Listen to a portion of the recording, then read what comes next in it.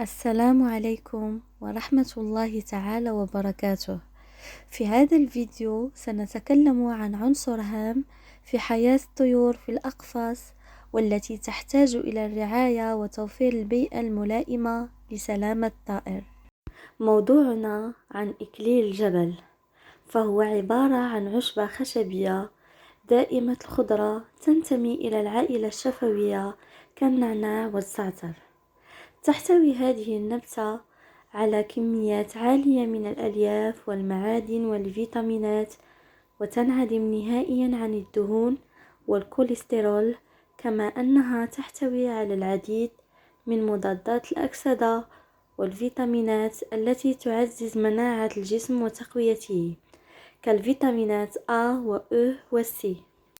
فبالنسبة لفوائد إكليل الجبل للطيور هي: أولا، يساعد في علاج مختلف الأمراض المتعلقة بالأمعاء والمعدة. ثانيا، من أفضل وأقوى المضادات الحيوية. ثالثا، يعزز ويقوي صحة الجهاز التنفسي.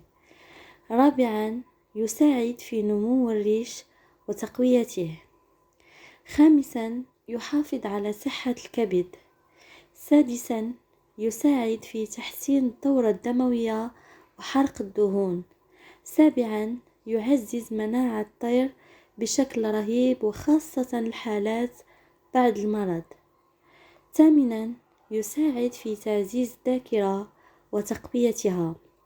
فبالنسبة لطريقة التقديم، يقدم على شكل أوراق طازجة بعد الغسل الجيد والتجفيف طبعا، أو يغلى في الماء كالشاي لمدة نصف ساعة، ونترك الماء يبرد ونقدمه للطيور. في حالات المرض، يقدم كل يوم من 5 إلى 8 أيام مع التغيير اليومي، أو يقدم طازج على مدار السنة مرة في الأسبوع، أو يقدم مطحون بمزج القليل منه في بذور الأكل الرئيسي. وشكرا لكم على مشاهدة الفيديو إلى الأخير، وإن شاء الله في الفيديو القادم سأتكلم لكم عن نبتة الزعتر الغنية عن التعريف. وإذا أعجبكم الفيديو لا تنسوا الإعجاب والاشتراك بالقناة والضغط على زر الجرس ليصلكم كل ما هو جديد.